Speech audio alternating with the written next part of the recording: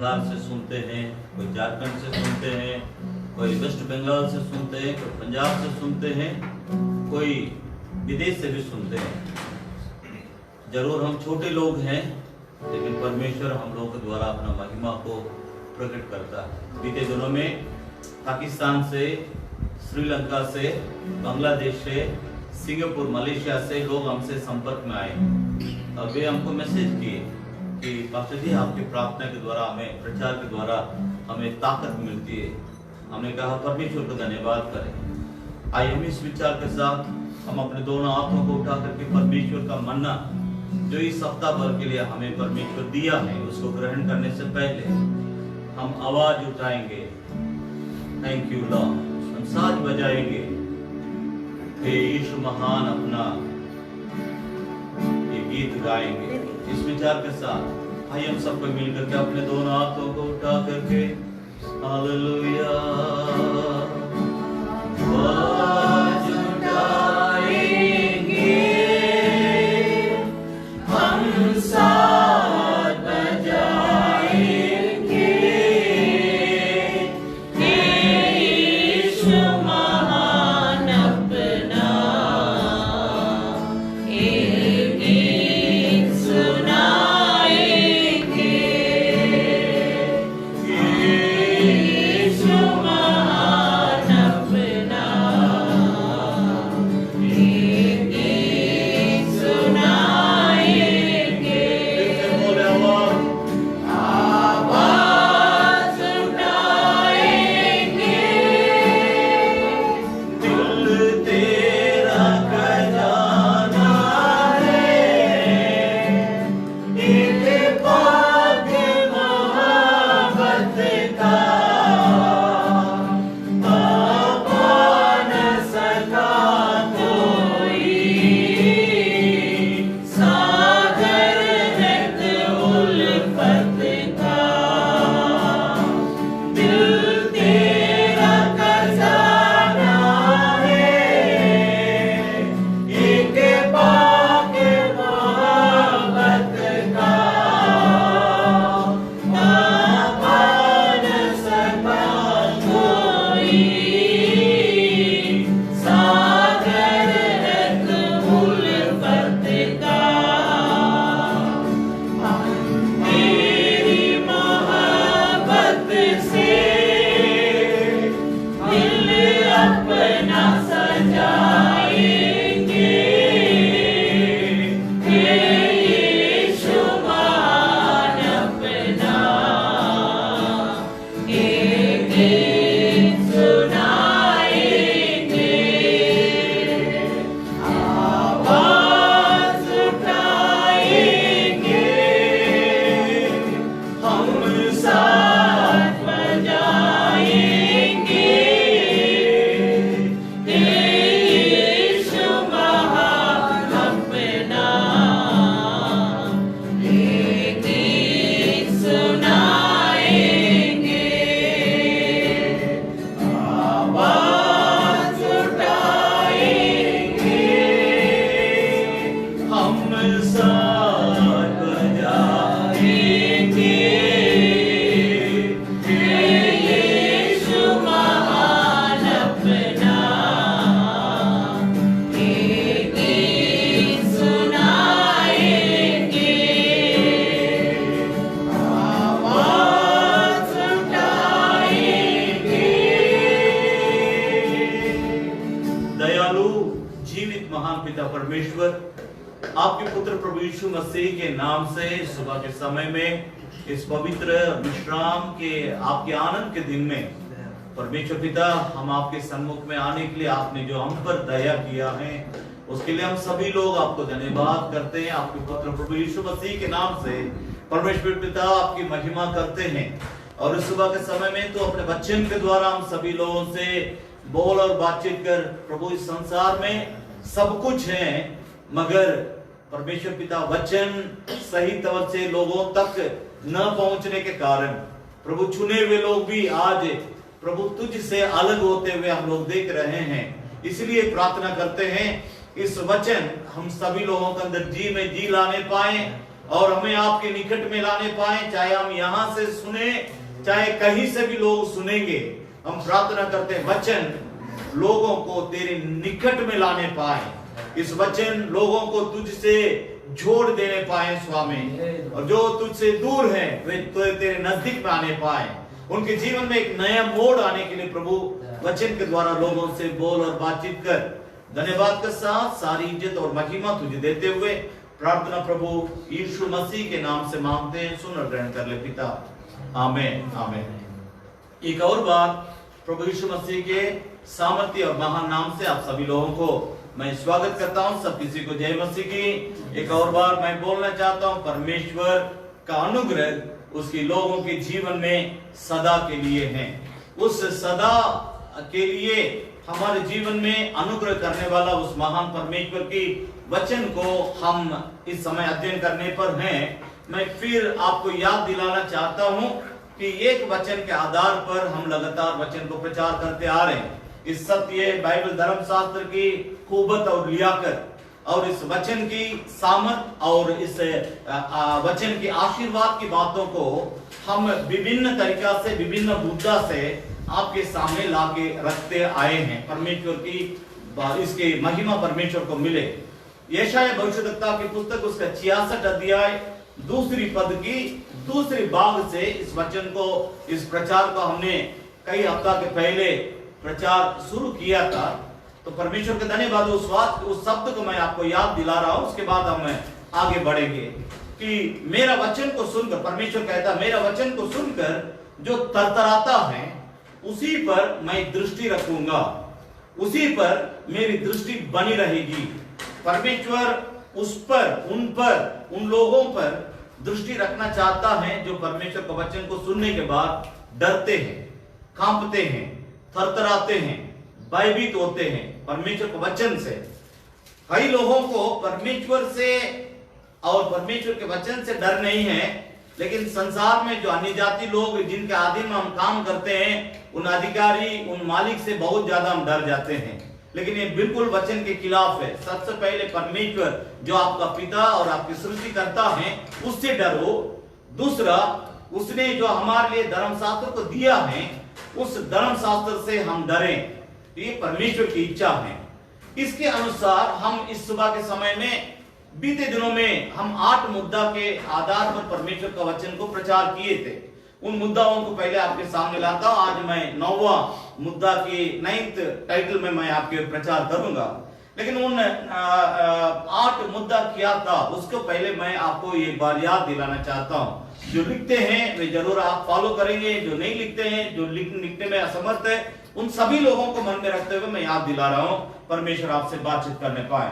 पहला हफ्ता मैंने कहा था कि मैं 10 आशीर्वाद, परमेश्वर के वचन के संबंधित 10 आशीष की बातों का आपके सामने लाऊंगा करके कहा था कि सबसे पहले God's word written with a purpose, परमेश्वर का वचन एक उद्देश्य से लिखी गई थी। ये बिना उद्देश्य का धर्मशास्त्र नहीं है।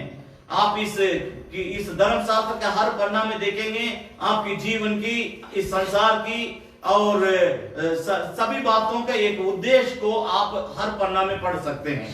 दूसरा हफ्ता मैंने प्रचार किया था God's word food for our soul, परमेश्वर का वचन हमारा आत्मा के लिए आत्मिक भोजन है। परमेश्वर का वचन हमारे आत्मिक भोजन है। तीसरी हफ्ता मैंने प्रचार किया था God's word purifies us, परमेश्वर का वचन हमें पवित्र करता है। और चौथा हफ्ता मैंने कहा था पावर ऑफ गॉड्स वर्ड, परमेश्वर का वचन का सामर्थ। पांचवा हफ्ता मैंने प्रचार किया था गॉड्स वर्ड प्योर, परमेश्वर का वचन, परमेश्वर का धर्मशास्त्र, परमेश्वर का वचन शुद्ध है, इसमें कोई तरह का मिलावटी नहीं है। परमेश्वर का वचन पूरा पूरा शुद्ध है। तो इस कारण वो हमारे जीवन को शुद्ध करती है। जब कभी हम बाइबल धर्मशास्त्र को पढ़ते हैं, हमारे अंदर की गंदगी हमें से दूर होते हुए हम सबको ही समझते हैं, हम सबको अनुभव करते हैं। इस दुनिया के कितना बड़ा प्रचारक भी क्यों ना हो, वो भी उनका जीवन को इसी वचन के द्वारा पढ़ करके शुद्ध किए हैं। इसलिए गॉड्स वर्ड इज प्योर, परमेश्वर का वचन शुद्ध है, इसमें कोई तरह का मिलावटी नहीं है। ये हमारे जीवन को शुद्ध करती है। और 6 हफ्ता मैंने 6वां हफ्ता मैंने प्रचार किया था reward and warning from the word of God. परमेश्वर के वचन के द्वारा मिलने वाली चेतावनियां और आशीर्वाद, प्रतिफल और चेतावनियां परमेश्वर के वचन के द्वारा ही हमें मिलती हैं।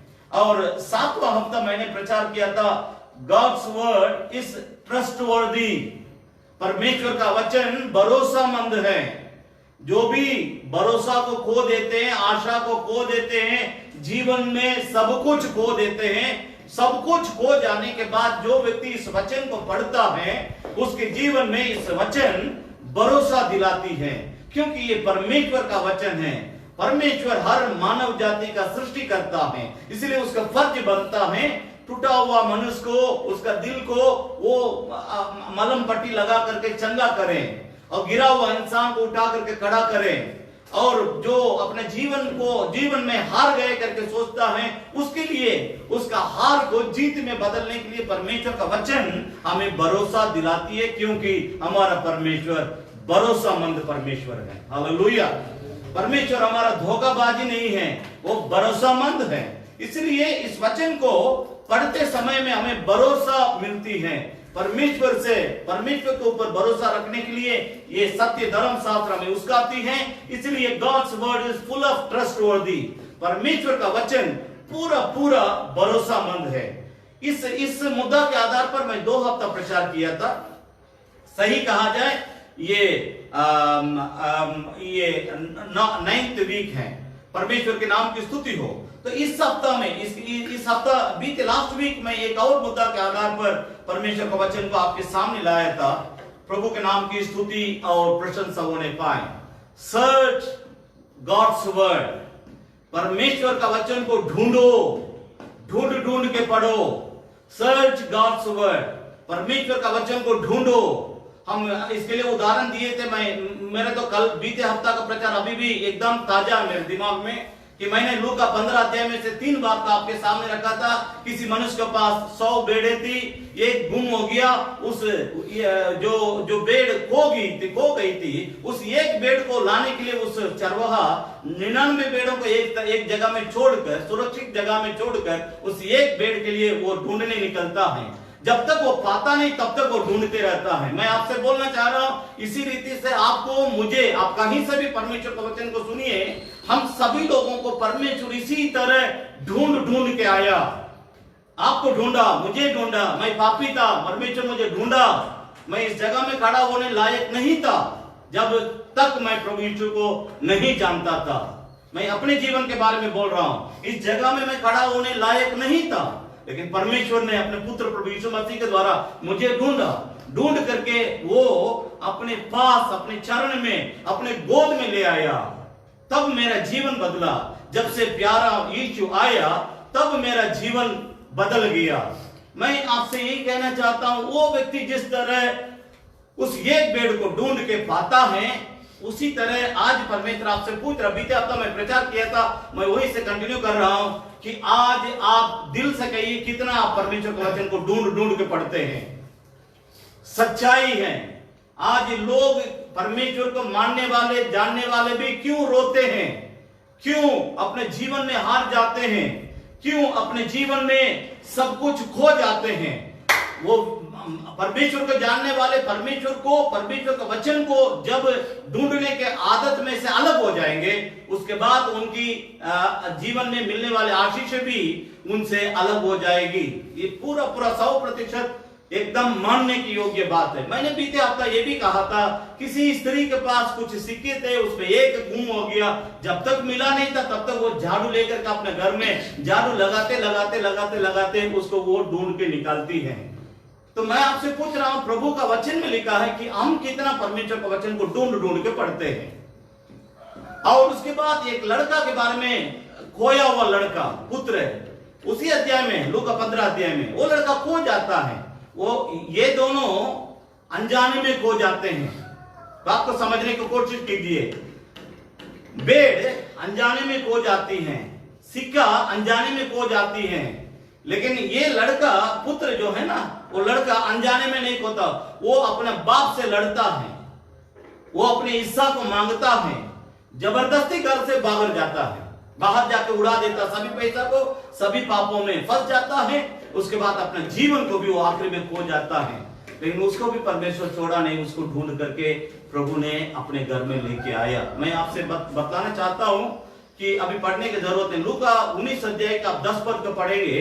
खोए हुए लोगों को ढूंढने और उनकी उद्धार करने के लिए प्रभु यीशु मसीह इस जगत में आया। आपको मालूम होना चाहिए यीशु क्यों इस संसार में आया। वो तुम्हारे लिए आया है, मेरे लिए आया है, हम सबके लिए आया है। अब जहां से भी आप परमेश्वर के वचन को सुनते हैं, मैं आपसे कहना चाहता हूं तुम्हारे लिए, आपके लिए आया है। आज उस प्रभु का आप कितना ढूंढते हो। जब हमारे पास कुछ नहीं रहता उस समय बहुत ज्यादा ढूंढने के लिए मन लगाते हैं, ये इंसान का आदत है। जब हमारे पास कुछ हो जाता है, कितना क्या हम उससे ज्यादा ढूंढते हैं। मैं आपको एक उदाहरण के लिए बतला रहा हूं। तमिलनाडु में श्रीलंका से आया हुआ एक जवान को मद्रास में आने के लिए एक मौका मिला था। वो इंजीनियरिंग पढ़ा था। वो व्यक्ति पढ़ने के बाद जब वो मद्रास आया, मद्रास आने के बाद वो सोचा था कि हम यहाँ पर कुछ करके, वो रेफ्यूजी हैं, रेफ्यूजी। तो वो व्यक्ति वहां आने के बाद बहुत कामों को ढूंढा, काम नहीं मिला। तो इस बीच में वो प्रभु को किसी तरह जान लिया। जानने के बाद उनके हाथ में 10 रुपया था। मैं लगभग 30-35 साल के पहले की घटना मैं बतला रहा हूं। उस 10 रुपया को लेकर के वो कैसे कैसे बैंगलोर आए। बैंगलोर आने के बाद बैंगलोर में इधर उधर घूमते रहे और जहां जहां उनको आराधना करने के लिए मौका मिला था वो सब जगह में गए, प्रभु में मजबूत होते गए। पर 10 रुपया था वो धीरे धीरे खत्म होते जा रहा है। अब बिल्कुल नहीं के बराबर में रोड में आ गए, रहने के लिए कोई जगह नहीं। जहां मन करता था वहीं पर सोते थे और चर्चों में जाते थे, प्रार्थना करते थे। मतलब सब कुछ नहीं होने के बावजूद भी मैं आपसे कह रहा हूं परमेश्वर को ढूंढना नहीं छोड़ा। परमेश्वर का वचन, उनका हाथ में 10 रुपया पैसा और एक बाइबल था। उतना ही लेकर के चेन्नई से वो बैंगलोर आए। बैंगलोर आकर के 35 साल के पहले इधर उधर घूम रहे थे, रोड में भटक रहे थे, रोडे में सो रहे थे। लेकिन रविवार के दिन चर्च जाते थे, प्रतिदिन बाइबल पढ़ते थे, भूखे रहते थे, केवल चाय पी करके कई दिन वो गुजारे। उस व्यक्ति के जीवन में परमेश्वर का नजर पड़ा। आज मैं सभी बातों को बोल नहीं सकता। आज वो कहां है मैं आपको बतला रहा हूं। आज वो चेन्नई में है। मेरी बात को आपको मानने में मुश्किल होगी। वो कभी एक ही दिन में 2 देश घूम जाते हैं। तमिलनाडु मतलब इंडिया से मलेशिया जाकर के फिर नेपाल जाकर के यहाँ आएंगे। वो नहीं तो मलेशिया जाएंगे, सिंगापुर जाएंगे, फिर रात में मद्रास आ जाएंगे। मतलब इसका मतलब आप समझ लीजिए, कहीं नाश्ता करते, कहीं दोपहर का खाना खाते, कहीं रात में घर में ही शायद आकर के वो खाना खा लेते हैं। इतना बिजी हो गए। इतना बिजी होने के बावजूद भी उस व्यक्ति के, एक मैं करीबी से जानता हूं उस व्यक्ति को, बहुत नजदीक से जानता हूं। उस व्यक्ति अभी भी वो उपवास प्रार्थना नहीं छोड़े। पति पत्नी दोनों सवेरे उठने के बाद 2 घंटा मिल करके प्रार्थना अभी भी करते हैं। वो हमसे बोलते, एक बार हमसे मिलने के समय में हमसे वो कह रहे थे कि कुछ साल पहले, तो उस समय वो बोल रहे थे कि ब्रदर, तो मैं जब मेरे पास कुछ नहीं था उस समय मैं आधा घंटा 1 घंटा प्रार्थना करता था। अगर मैं परमेश्वर को जो इतना बड़ा इंसान बना दिया तो आज मुझे दुनिया जानती है, तो क्या मैं आज कम से कम परमेश्वर को 3 घंटा 4 घंटा 5 घंटा समय नहीं देना चाहिए मुझे? मैंने कहा कि भैया आपका विचार ऊंचा है, सही है, परमेश्वर आपका और आगे बढ़ाएगा। मैं आपसे यही कहना चाहता हूं, मेरी बात को समझने की कोशिश कीजिए। आज हम कैसे परमेश्वर को ढूंढते हैं, ये बीते हफ्ता का प्रचार मैं उसको थोड़ा सा याद दिलाने के लिए आपके सामने इन बातों को रखा था। मेरी बात को समझने की कोशिश कीजिए। इस सप्ताह मैं एक मुद्दा के आधार पर परमेश्वर के वचन को आपके सामने लाना चाहता हूं। God's word is light। परमेश्वर का वचन ज्योति है। हमारे जरूर इस संसार में हम लोगों को आंख है, सब कुछ दिखाई देता है, लेकिन परमेश्वर को जो दिखाई देता है वो हमें देखना चाहिए। तो उसके लिए ये वचन हमें चाहिए। इस वचन में हम जितना मजबूत रहेंगे तब ही परमेश्वर इस दुनिया को देखने के जैसे हम इस दुनिया को देख पाएंगे। मैं फिर आपको बोल रहा हूं, आप इस बात को अच्छा से समझ लीजिए। God's word is light। परमेश्वर का वचन ज्योति है, प्रकाश है, उजियाला है। और उसी में कई अर्थ हैं। परमेश्वर का वचन ज्योति है, वो प्रकाश है और रोशनी है। उजियाला है। कई बातों को इस एक शब्द के लिए कई शब्दों को हिंदी में इस्तेमाल किया गया है, लेकिन मैं एक ही बात के आधार पर आपको साफ तौर से बोलना चाहता हूं, मेरी बात को समझने की कोशिश कीजिए। परमेश्वर का वचन ज्योति है, इसलिए बारंबार परमेश्वर इस वचन के ऊपर हमारा ध्यान को आकर्षण करने के लिए प्रभु यीशु का प्रचार भी उसी के ओर हमारा दिमाग और दिल को खींचता हुआ प्रचार करता है। जब भी प्रभु यीशु मसीह प्रचार करता है, लोगों को परमेश्वर का वचन की ओर खींचता है। इस बात को समझते हुए मैं एक भूमिका, उदाहरण के लिए मैं एक वचन प्रभु यीशु मसीह का एक प्रचार को मैं आपको याद दिलाना चाहता हूं। मत्ती रचित सुसमाचार की पुस्तक, मैं इस संबंध में आज 3 बात को आपके सामने रखूंगा। तो सबसे पहले मत्ती रचित सुसमाचार की पुस्तक उसका 5 अध्याय, प्रभु के नाम की स्तुति और प्रशंसा होने पाए। मत्ती रचित सुसमाचार की पुस्तक उसका 5 अध्याय 14, 15 और 16 पद को हम सबसे पहले पढ़ेंगे। तुम जगत की ज्योति हो। देखिए प्रभु यीशु मसीह किस तरह कहते हैं। मैं आपसे कह रहा हूं कि परमेश्वर का वचन ज्योति है, लेकिन प्रभु यीशु मसीह हमारे लिए ज्योति के बारे में क्या बतलाते हैं उसको थोड़ा पहले समझने की कोशिश कीजिए। तुम जगत की ज्योति हो, जो नगर पहाड़ पर बसा हुआ है, जो नगर पहाड़ पर बसा हुआ है, वो छिप नहीं सकता, वो छिप नहीं सकता। और लोग दिया जलाकर पैमाने जो लोग दिया जलाकर और पैमाने के नीचे नहीं परंतु दीवट पर रखते हैं, तब उससे घर के सब लोगों को प्रकाश पहुंचता है। उसी प्रकार तुम्हारा उजियाला मनुष्य के सामने चमके कि वे तुम्हारे भले कामों को देखकर तुम्हारे पिता की जो स्वर्ग में है बड़ाई करे। मेरी बात को समझने की कोशिश कीजिए। आप इस बात को अच्छी तरह से समझने के लिए परमेश्वर आपको सहायता करने पाए। तो मैंने कहा परमेश्वर का वचन ज्योति है। इस संसार में जरूर रात को दिन करने के लिए बहुत लाइट लोग लगाते हैं, तो पर भी ज्योति, परमेश्वर का जो ज्योति है उसकी तुलना में कोई ज्योति इस दुनिया में नहीं है, क्योंकि परमेश्वर खुद ज्योति है। और परमेश्वर का वचन, उस वचन को, उस ज्योति का दर्जा परमेश्वर देता है। मैं उसके बारे में बाद में बतलाऊंगा। लेकिन प्रभु यीशु मसीह जब प्रचार किया तो उस समय वो कहने लगा तुम जगत की ज्योति हो। इन तीनों बात को समझने की कोशिश कीजिए। पहले परमेश्वर खुद ज्योति है, वो संसार का ज्योति है। मैं बीते दिनों में एक बार प्रचार के समय में इस बात को कहा था, स्वर्ग में कोई लाइट नहीं है, कोई स्वर्ग में जनरेटर नहीं है, कोई स्वर्ग में ट्रांसफार्मर नहीं है, तो स्वर्ग में कोई तार वूर नहीं खींचते हैं, कोई वहां पावर स्टेशन नहीं है, तो लाइट कैसे होगा? हमारा परमेश्वर खुद वहां के लिए ज्योति है, हमारा परमेश्वर खुद वहां के लिए प्रकाश है, हमारा परमेश्वर खुद स्वर्ग के लिए जो है वो रोशनी बन करके वहां पर सब कुछ करता है। इसके बारे में हम सब कोई जानते हैं। लेकिन उस ज्योति, अगम, बाइबल धर्मशास्त्र बतलाती अगममय ज्योति में रहने वाला परमेश्वर, हमारा परमेश्वर अगममय ज्योति में रहता है। सभी बातों को मैं समझा नहीं पा रहा क्योंकि समय के दबाव के चलते मैं बातों को आपके सामने रखना चाहता हूं। मेरी बात को समझने की कोशिश कीजिए। परमेश्वर खुद रोशनी है, परमेश्वर खुद प्रकाश है, परमेश्वर खुद ज्योति है। लेकिन वो परमेश्वर का पुत्र प्रभु यीशु जब इस संसार में आया तब वो हमें देख करके कहता तुम संसार की ज्योति हो। मेरी बात समझ में आना चाहिए आपको।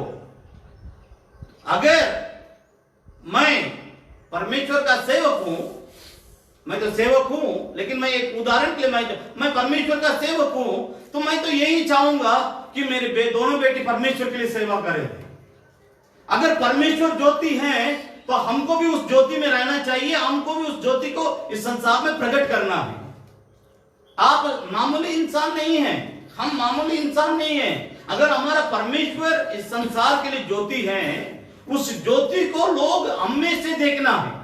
आप मेरे बात को समझ रहे हैं? अभी आप मारवाड़ी लोगों को देखे होंगे, आपको समझने लायक एक उदाहरण, मारवाड़ी लोगों को देखे होंगे। छोटा छोटा बच्चा स्कूल से जब लौट के आता है, आने के बाद थोड़ा सा नाश्ता घर में कराएंगे, उसके बाद ले आकर के गला में जहां वो बैठते उसी जगह में अपने बच्चा को बैठाते, बोलते यहीं से पढ़ो बेटा। क्योंकि उनका विचार ये रहता है जो काम मैं करता हूं मेरे साथ रह करके मेरा बेटा भी सीख ले। मेरी बात को समझने की कोशिश कीजिए। जैसा एक मारवाड़ी एक इंसान अपना बेटा को इस प्रकार देखना चाहता है, क्या परमेश्वर हमें इस प्रकार नहीं देखना चाहेगा? तो आपको इसके लिए गंभीरता से सोचना है। भाई बहन, चाहे आप यहां से सुने चाहे कहीं से भी आप सुने, आप इस बात को गंभीरता से लीजिए। आपका परमेश्वर ज्योति है, आप ज्योति का परमेश्वर का संतान है, तब आपके अंदर वो ज्योति होना। इसलिए प्रभु यीशु मसीह कहता तुम संसार की ज्योति हो। जब तक मैं था तब तक मेरा पिता का ज्योति को मैंने इस संसार के लोगों को प्रकट किया था। अब मैं इस संसार छोड़ के जाने वाला हूं, तुम में से लोग मेरा पिता और मेरी ज्योति को देखे।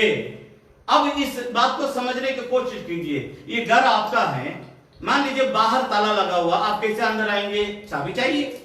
बात मेरा समझ में आ रहा है? मैं इस हिसाब से आपको बोल रहा हूं ताकि आप बढ़िया से समझ ले। ये घर आपका है लेकिन चाबी किसी और के पास है। वो चाबी जब तक आपके हाथ में नहीं आएगा तब तक आप दरवाजा, बाहर का दरवाजा खोल के, घर का दरवाजा खोल करके आप भीतर नहीं आ सकते हैं।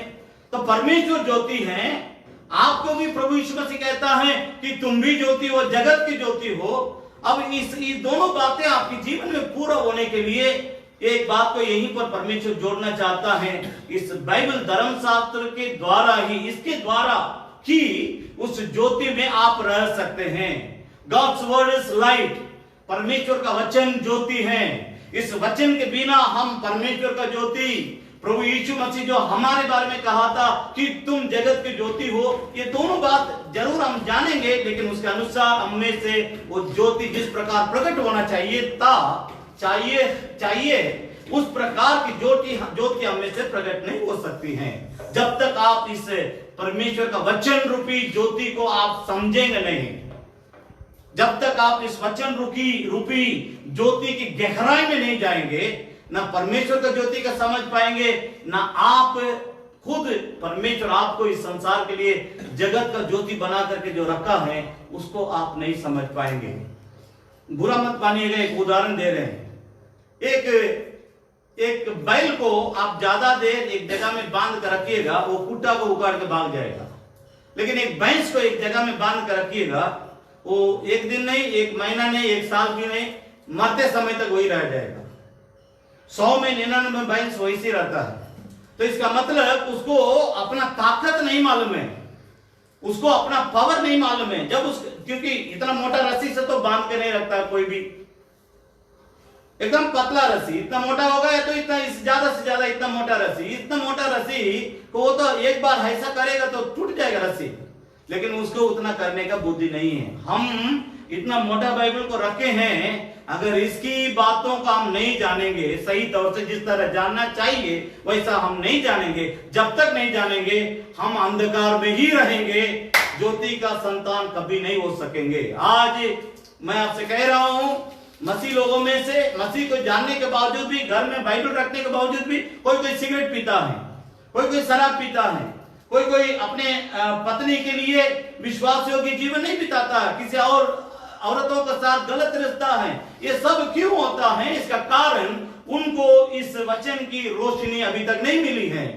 ये हमारा मन में जाना चाहिए, ऊपर नहीं, ये दिल के अंदर घुसना है। जब दिल का अंदर जाएगा तब हम हर जगह में इस रोशनी को फैलाएंगे। दिल तेरा खजाना है, एक पाक मोहब्बत का, ता पा न सका कोई, ये सागर से भी उल्फत का।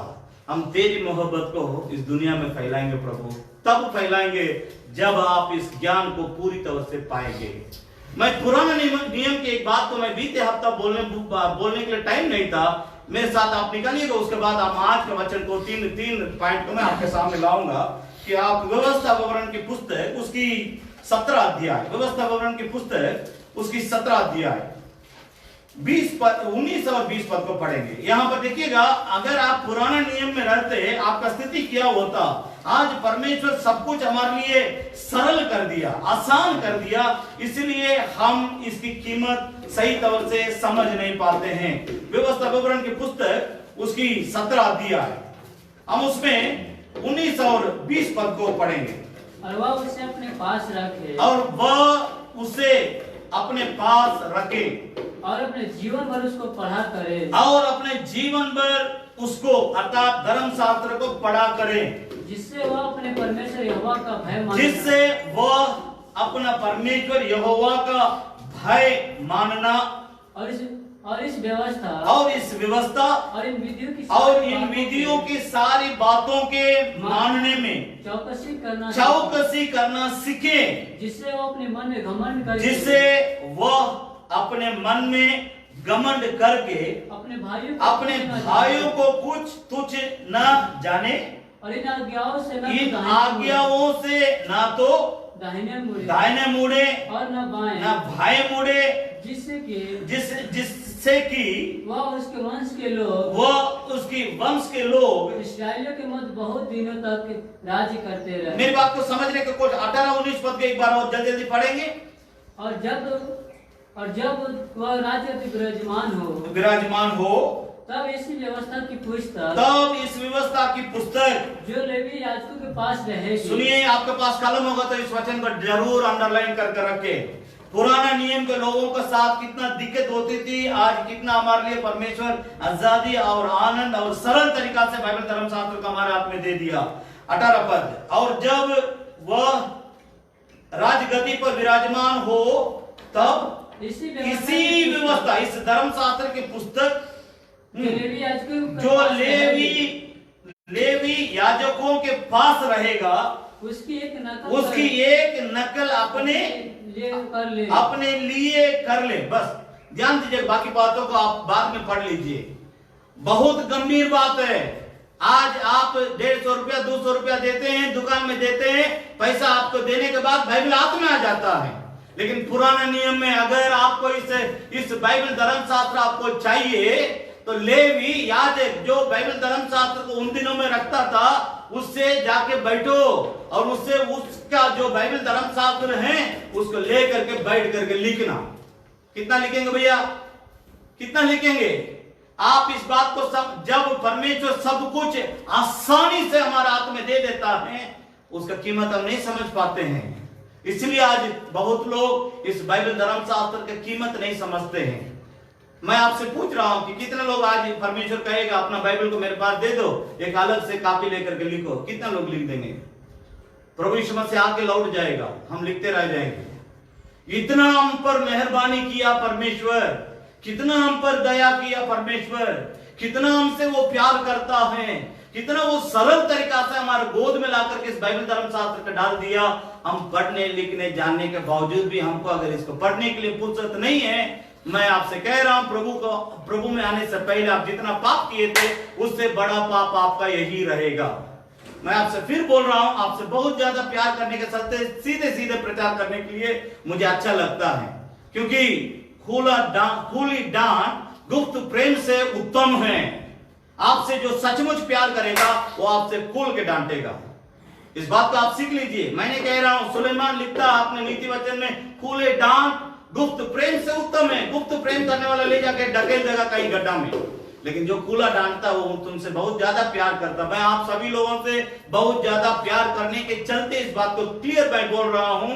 आप पुराने नियम में रहते, अगर आपको बाइबल धर्म शास्त्र की जरूरत पड़ती, आप इस प्रकार बैठ करके लिखते रह जाते। लेकिन आज परमेश्वर आपके हाथ में बहुत आपसे प्यार करने के चलते आपको गोद में लाकर रख दिया। आप इसका कीमत कितना समझते हैं? मैं फिर आपसे याद दिला रहा हूं कि परमेश्वर का वचन ज्योति है।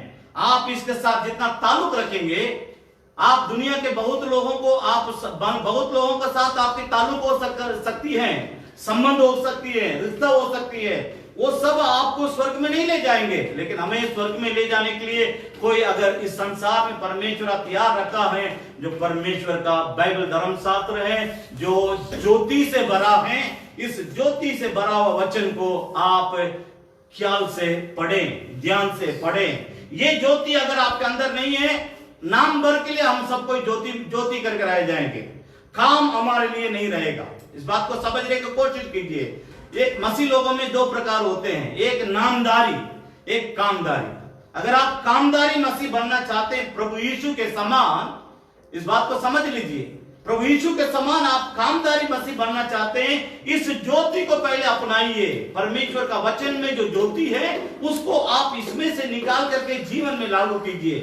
प्रभु यीशु मसीह ने इस बात को समझाने के लिए एक उदाहरण यीशु मसीह का दृष्टांत का आपके सामने रखता हूं।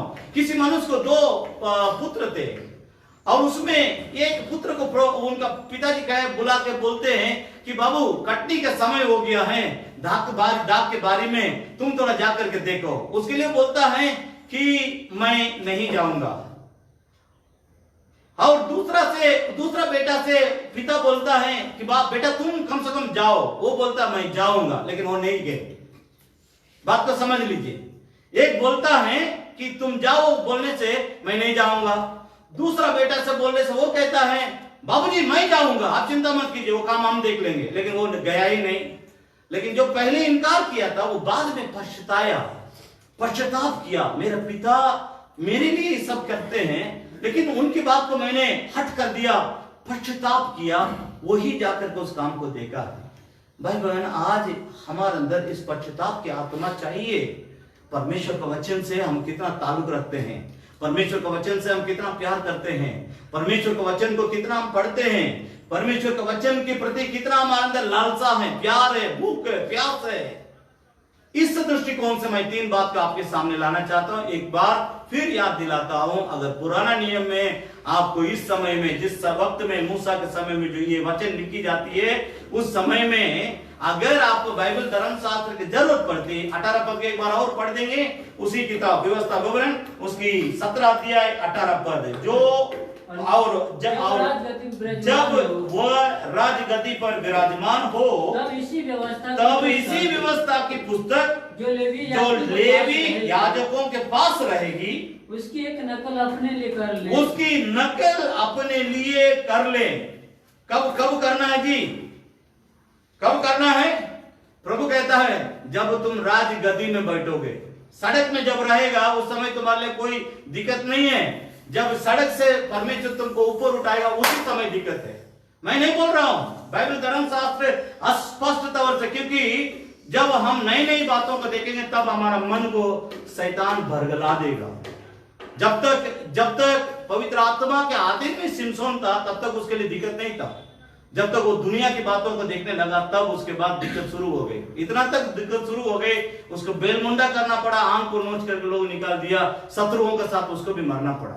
भाई बहन, मेरी बात को समझने की कोशिश कीजिए। जब हम ऊपर उठते हैं, मैं साफ आपको इस बात को समझाना चाहता हूं। थोड़ा 1 मिनट होने से कोई बात नहीं, अभिषेक उस वचन को फिर से पढ़े तो सब कोई थोड़ा अपना बाइबल धर्मशास्त्र को देखे। जहां से भी आप सुन रहे हैं, आप जब परमेश्वर आपको नीचे से ऊपर उठा के बैठाता है, जब शब्द बहुत गंभीर है, अच्छा सा लिखा हुआ है, जब तुम राजगद्दी में बैठोगे, जब वह राजगद्दी में विराजमान हो, तब इसी व्यवस्था की पुस्तक जो लेवी याजकों के पास रहे, जो लेवी और याजकों के पास रहता है, उसकी एक नकल अपने लिए कर ले। तो इससे आप समझ सकते हैं कि सबके पास उन दिनों में बाइबल धर्मशास्त्र नहीं था। केवल लेवी और याजक जो मंदिर में परमेश्वर की सेवकाई करते थे उन्हीं के पास रहता था। तो उसके लिए यहाँ बताया जा रहा है जब तुमको परमेश्वर उठाएगा, जाओ उनके पास, उनसे जो किताब है, धर्मशास्त्र है, उसको तुम एक कॉपी में उतार कर ले आना। भाई बहन, मैं सभी बातों को बोल नहीं पा रहा, समय का अभाव है, लेकिन आप इस वचन के ऊपर विशेष ध्यान रखिए। परमेश्वर जब आपको ऊपर उठाता है, आप सावधान हो जाइए, अपने आप को संभालिए कि परमेश्वर किस जगह में आपको बांधना चाहता है। इस धर्मशास्त्र में आपको परमेश्वर बांध कर रखना चाहता है, क्योंकि यही हमारा जीवन की सही तौर से निर्वाह करने वाला परमेश्वर का नियम, कानून, व्यवस्था, विधि, वचन है। इसी के द्वारा हम संभले जाते हैं। अगर हम इसके साथ ज्यादा मित्रता करते हैं, इसी में हम रात दिन डूबे रहते हैं, तो हमारा हर काम सफल होगा। अगर इससे हम हटते हैं, हम अपने दिमाग से कुछ करना चाहेंगे, जरूर हम फेलियर हो जाएंगे। आप कहीं से भी मेरे वचन, परमेश्वर का वचन को मेरे द्वारा सुनते हैं, आप अपना फेलियर, जितना आपके जीवन में हार हुई थी, उन सारे हार का कारण थोड़ा सा पीछे मुड़ के देखिए। आप परमेश्वर के वचन को अपने ध्यान में से हटा दिए, परमेश्वर के वचन के साथ आपको जो रिश्ता थी वो टूट गई थी। परमेश्वर के वचन को पढ़ने के लिए आपके पास समय नहीं था, बाकी सब काम करने के लिए समय था, इसलिए आपके जीवन में जितनी हार हुई थी उस सब के लिए जिम्मेदारी आप हैं। दूसरा किसी के ऊपर उंगली उठाने की कोशिश मत कीजिए। आपने परमेश्वर को भूल गया, आपने परमेश्वर के वचन को भूल गया, आपने परमेश्वर के लिए समय नहीं दिया, आपने परमेश्वर के वचन के लिए समय नहीं दिया। इसलिए परमेश्वर कहता है जब परमेश्वर किसी को उठाता है, वो व्यक्ति के बारे में बाइबल धर्मशास्त्र बतलाती है, वो व्यक्ति अपने आप को संभालने के लिए रात दिन परमेश्वर का वचन को पढ़ा करे, इसका अध्ययन करे। इस दृष्टिकोण के साथ मैं 3 बात को आपके सामने लाना चाहता हूं। भजन संहिता नंबर 1। मैं एक दूसरा पॉइंट जब मैं बोलूंगा, मैं अपने बोलूंगा तब आपके, ताकि आपको लिखने में कोई तरह का दिक्कत ना हो। भजन संहिता 119 अध्याय, भजन संहिता 119 अध्याय, उसमें 105 पद को हम पहला पॉइंट के लिए आपके सामने रखना चाहते हैं। पढ़ेंगे। तेरा वचन मेरे पांव के लिए दीपक और मेरे मार्ग के लिए उजाला है। मैंने आपसे शुरुआत में कहा था गॉड्स वर्ड इज लाइट, परमेश्वर का वचन ज्योति है, और उस ज्योति जो शब्द है उसमें से अनेक शब्द निकलती हैं। यहाँ पर 2 शब्द हैं, एक दीपक है, एक उजियाला है। इसके पहले हमने पढ़े थे प्रकाश है। प्रभु यीशु मसीह के वचनों से हम लोगों ने पढ़ा मत्ती 5 अध्याय में प्रकाश है परमेश्वर के नाम का, और उजियाला है। तो अनेक शब्द इसमें से निकलती है। मैं आपको समझना है, इसलिए इन सभी बातों को आपके सामने बारंबार दोहरा रहा हूं। तो यहाँ परमेश्वर का वचन को थोड़ा समझने की कोशिश कीजिए। तेरा वचन मेरे पांव के लिए दीपक। जो भी परमेश्वर को मानने वाला इंसान, परमेश्वर उसको अंधकार में भटकने नहीं देगा। मसीह परिवार के बहुत लोग आज मसीह को छोड़ के, परमेश्वर का दिया हुआ इस सत्य वचन को छोड़ के आज अंधकार में भटकते हैं, पाप में भटकते हैं, श्राप में भटकते हैं, शैतान के ताकत के अंदर में आधीन में आ जाते हैं। इसका कारण आप इस दीपों को भूल गए, आप इस उजियाला को छोड़ दिए, त्याग दिए। इसके साथ आपका ताल्लुक, परमेश्वर यहोवा मेरे अंधियारे को उजियाला कर देता है, मेरा अंधियारा को उजियाला कर देता है। ये शब्द मुझे बहुत अच्छा लगता है। मेरा परमेश्वर यहोवा मेरा अंधियारा को उजियाला कर देता है, राइट? क्योंकि तेरी सहायता से मैं सेना पर धावा करता हूँ, मैं एक बड़ी सेना पर दावा करता हूँ, और अपने परमेश्वर की सहायता से शहरपनाहों को मैं लांघ जाता हूँ। कितनी बड़ी बात है। अगर आप परमेश्वर का अपने आगे रखेंगे, आप किसी भी बात से नहीं डरेंगे। किसी भी से एक इंसान से नहीं, एक गांव से नहीं, एक देश से नहीं, एक बड़ी सेना से भी आप नहीं डरेंगे, क्योंकि आप कहेंगे परमेश्वर मेरा दाहिने ओर है, इसलिए मैं किसी से नहीं डरूंगा। आज आप परमेश्वर से डरते हैं, मैं सबसे कह रहा हूं, आप जहां से भी सुनिए, मैं आपसे कह रहा हूं, इस बात को समझने की कोशिश कीजिए। आप परमेश्वर से सबसे ज्यादा डरेंगे, आप दुनिया के किसी इंसान से नहीं डरेंगे। अगर आप परमेश्वर से नहीं डरेंगे, परमेश्वर के सत्य वचन से नहीं डरेंगे, आप एक कमजोर आदमी के सामने भी आप तरतराएंगे, गिड़गिड़ाएंगे।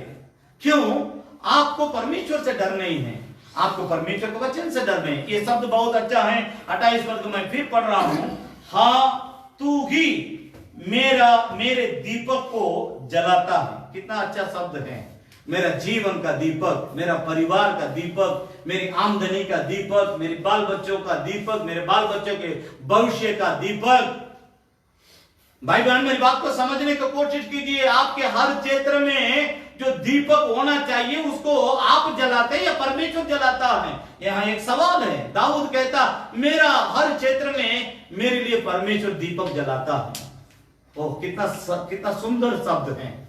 मेरे जीवन के हर क्षेत्र में परमेश्वर दीपक जलाता है, मैं नहीं करता हूं। वो देखिए किस तरह लिखता है। 28 पद को मैं फिर पढ़ रहा हूं। हाँ, तू ही मेरे दीपक को जलाता है, मेरा परमेश्वर यहोवा मेरे अंधियारा को उजियाला कर देता है। वो कितनी बड़ी आनंद की बात है।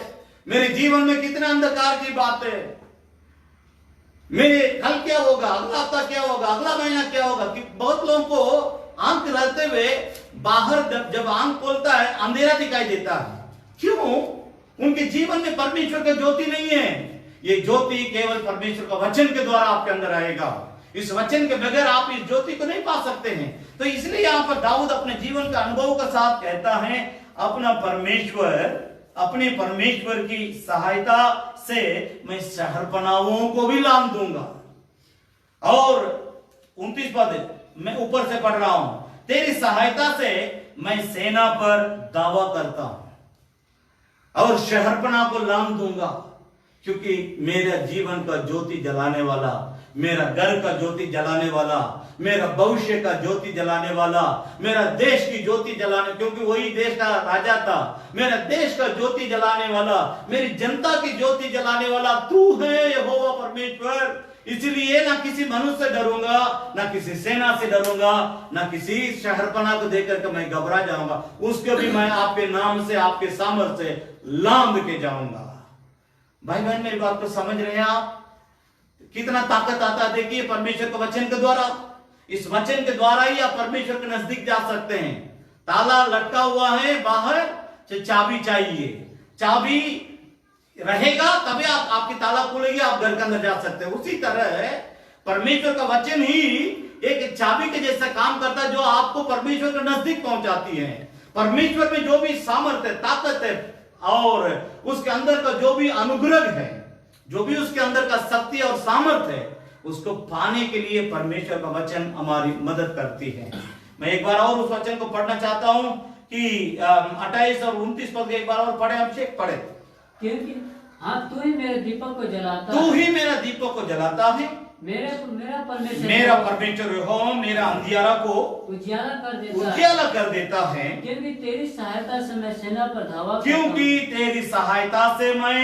पर धावा करता हूँ और अपने परमेश्वर की सहायता से शहरपनाह को लांघ जाता हूँ। अपने परमेश्वर की सहायता से शहरपनाह को लांघ जाता हूँ। शहरपनाह को भी मैं लांघ के जाता हूँ, फांद के जाता हूँ। कोई मुझे रोक नहीं सकता। That means कोई भी nobody can stop me, कोई भी मुझे रोक नहीं सकता, क्योंकि मेरा पावर ऊपर से आता है, मेरा पावर नीचे से नहीं। जो नीचे के पावर में रहते हैं उनका स्थिति क्या होता है, मैं आपको एक उदाहरण दे रहा हूं। हमारे तमिलनाडु के भूतपूर्व मुख्यमंत्री जयललिता, मिस जयललिता, वो उनके पास पहनने के लिए 750 जोड़ी जूती चप्पल थी। 750 लेडीज लोगों को सुनने से आंख बाहर निकल जाएगा। 750, हमारे पास 7 भी नहीं है, उसके पास 750। और साड़ी के बारे में सुनेंगे तो आप घबरा जाएंगे। 10,000 साड़ी। आज वो सब सड़ के खत्म हो गया।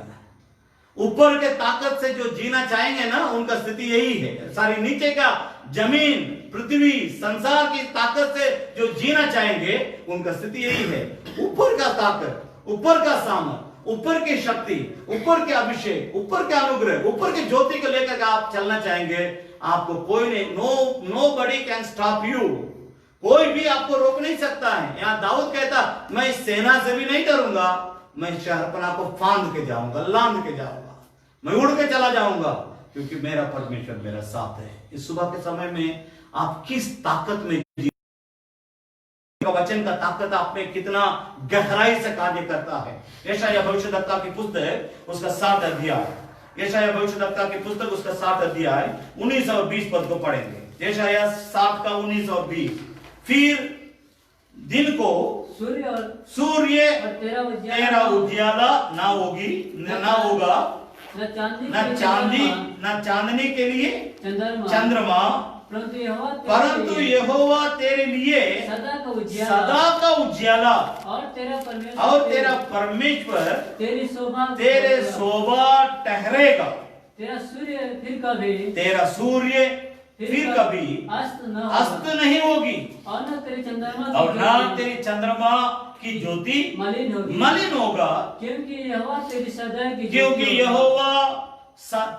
सदैव की ज्योति होगा, और तेरे विलाप का दिन समाप्त हो जाएंगे, आनंद में बदल जाएंगे। उसी के यीशु मसीह उस अपने सुसमाचार की पुस्तक में कहता, तेरा शोक को मैं आनंद में बदल दूंगा। कैसे भैया बदलेगा? परमेश्वर का वचन में ही वो सामर्थ्य है, परमेश्वर का वचन के द्वारा ही वो ज्योति मिलती है। आज परमेश्वर का वचन हमें स्पष्ट तौर से उत्साहित करती है। यहोवा परमेश्वर खुद हमारे लिए ज्योति बन करके कार्य करेगा। यहोवा तेरी सदैव की ज्योति होगा। एक दिन, एक हफ्ता, एक महीना, एक साल, 5 साल, 10 साल के लिए नहीं। ये हमारा जो परमेश्वर है, ज्योति का परमेश्वर, हालेलुया, वो कहता है मैं पीढ़ी पीढ़ी तक तुम्हारे लिए ज्योति बन करके काम करूंगा।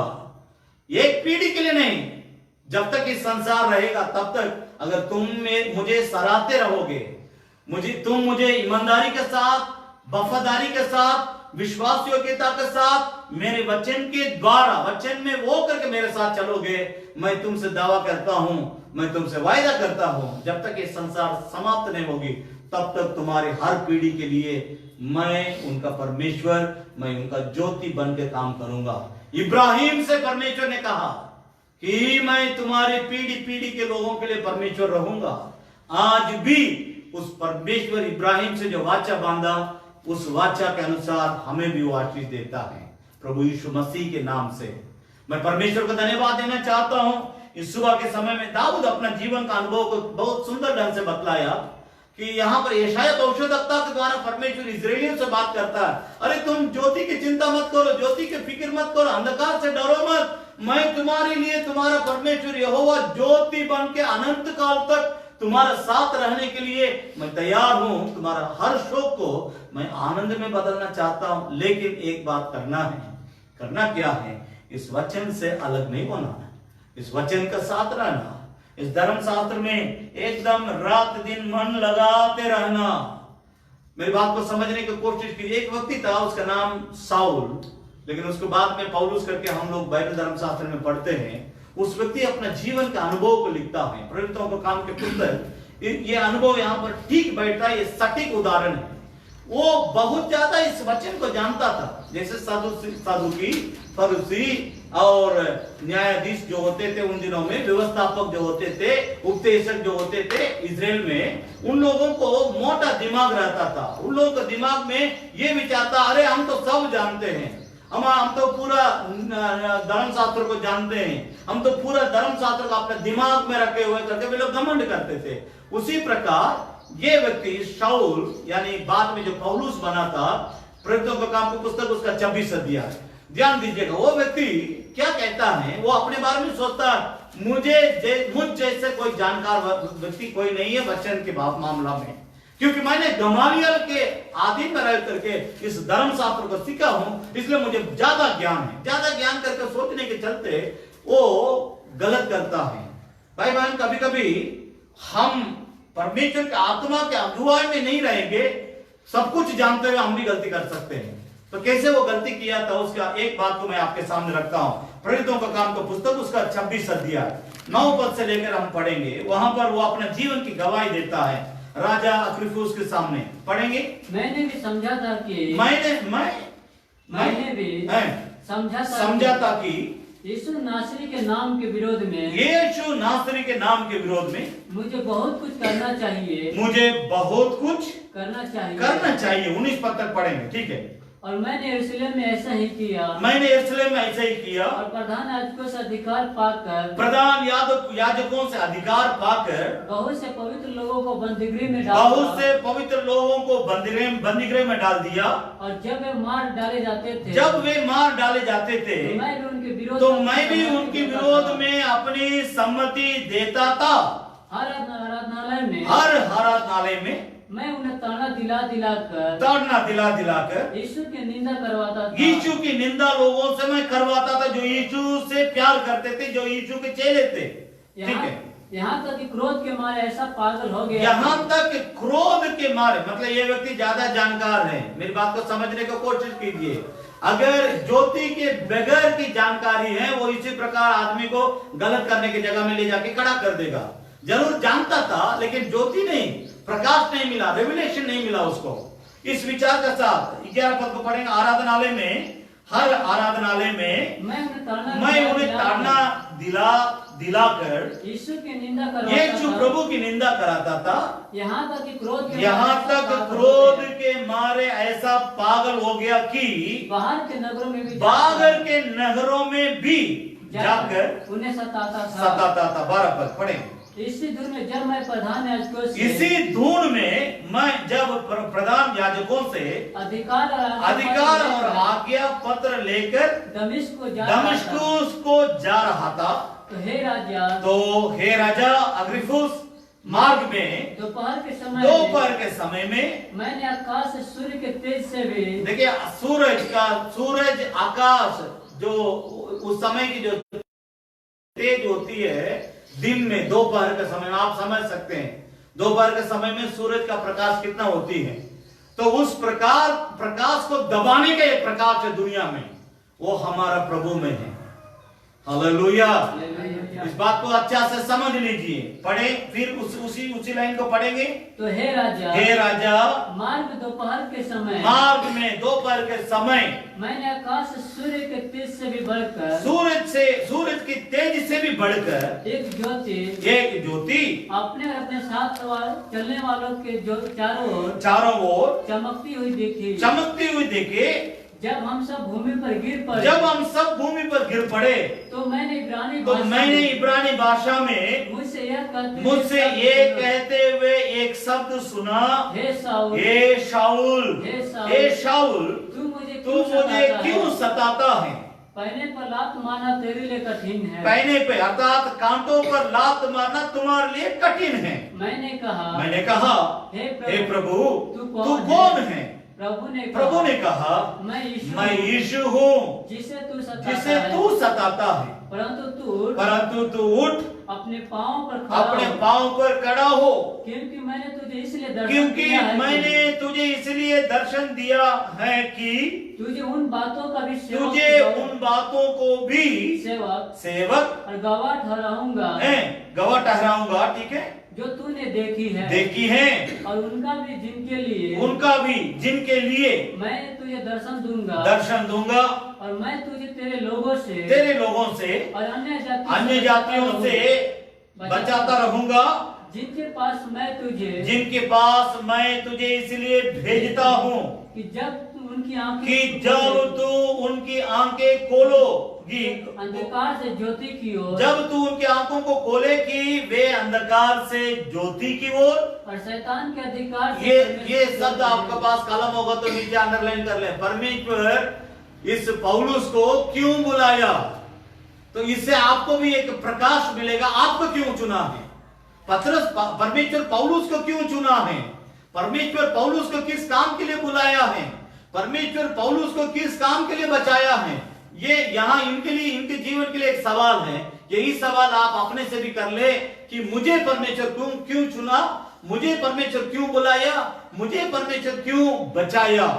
इस सवाल का जवाब 17 पद से फिर से पढ़ेंगे, 18 पद से पढ़ेंगे कि तू उनकी आंखें खोले कि वे अंधकार से ज्योति की ओर और शैतान के अधिकार से परमेश्वर की ओर फिरे, कि पापों की क्षमा और उन लोगों के साथ जो मुझको विश्वास करने से पवित्र किए गए हैं, मिरास पाए। 19 पद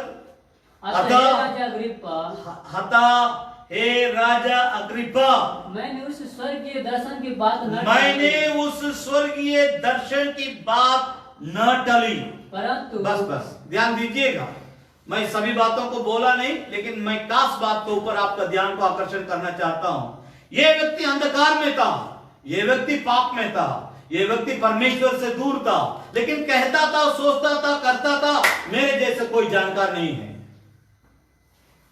मैं गमालियल के आदि में रह करके परमेश्वर का सत्य वचन को नियम अनुसार, क्रमानुसार सीखा हूं, इसलिए मुझे सब कुछ मालूम। I know everything about Bible, मुझे सब कुछ मालूम है।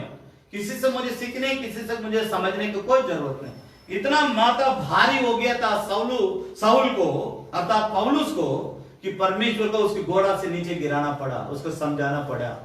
और वो समझ रहा था सूरज ही बहुत बड़ा रोशनी देने वाला ताकतवर है करके, लेकिन परमेश्वर जब उसको दिन में सूरज की रोशनी में ही गिरा करके अपना रोशनी उसको दिखाया, तब उसको समझ पाया अरे सूरज से भी हमारा परमेश्वर बहुत उज्जवल है, उजियाला है, प्रकाशमान है, ज्योति है।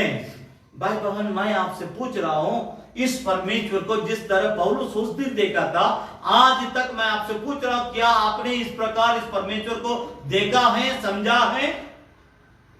परमेश्वर पौलुस को जितना काम दिया उसको मैं एक बार और बोल रहा हूं, 18 पद को मैं पढ़ रहा हूं, थोड़ा सा ध्यान से सुनिए कि तू उनके आंखें खोले कि वे अंधकार से ज्योति की ओर आ जाए।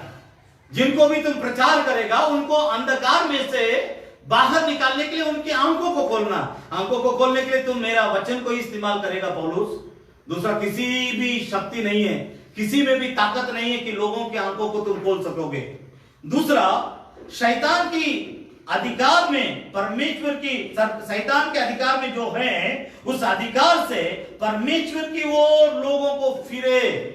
उस लोगों को प्रचार जब भी करोगे, लोगों को अंधकार से ज्योति अर्थात परमेश्वर के पास ले आने के लिए, मोड़ के लाने के लिए, उनको फिरने के लिए, उसके लिए प्रचार करो। आज बहुत लोग बहुत प्रचारक प्रचार करते हैं, सुनने वालों को समझ में ही नहीं आता है। उसके चलते आज कलीसिया में 5 साल 10 साल 15 साल 20 साल होने का बावजूद भी विश्वासी यीशु मसीह के बारे में लोगों को नहीं बतलाते, जो यीशु प्रभु को एक बार भी नहीं जानते। आप सही तौर से अगर इस रोशनी को पाए होते, आप चुप नहीं रहते। ये व्यक्ति एक ही बार यीशु का आवाज सुनता है और वो प्रचार करता है, लोगों को प्रचार करके आंखों को खोलता है और शैतान के अधिकार में रहने वाले लोगों को परमेश्वर को वो लौटा करके ले आता है। तीसरी बात वहां पर लिखा, पापों की क्षमा और उन लोगों के साथ जो मुझ पर विश्वास करने से पवित्र किए गए हैं, मिरास पाए। उनको उस जगह में लाके खड़ा कर दो जिनको पाप की क्षमा मिल जाए और मेरे से उनको मिरास मिले। बहन, आप इस बात को समझ ले, गंभीरता से इस बात को समझे कि हम भी एक समय इसी प्रकार थे। मेरी बात को समझने की कोशिश कीजिए। एक समय था, हम भी अंधकार में भटकते थे, हम भी पाप में भटकते थे, हम भी परमेश्वर से दूर थे, हम भी परमेश्वर की अनुग्रह से दूर थे। बाइबल धर्मशास्त्र बतलाती है, एक वचन को पढ़िएगा, पढ़े इफिसियों के पत्र उसकी 2 अध्याय 8 पद। इफिसियों के पत्र, मैं आज एक ही पॉइंट को मैं बोलूंगा क्योंकि मैं आपको बेकार में मैं नहीं प्रचार करना चाहता हूं, मुझे बहुत मालूम है, इसलिए मैं आपके दिमाग में भर दूंगा, वैसा विचार नहीं।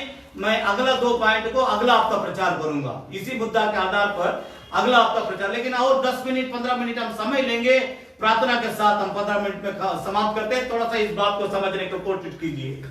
इफिसियों के पत्री हमारे जीवन के बारे में थोड़ा सा समझ लीजिए। इफिसियों के पत्री उसकी 2 अध्याय पहले 8 पद को पढ़ेंगे। पहले 8 पद 2 का 8।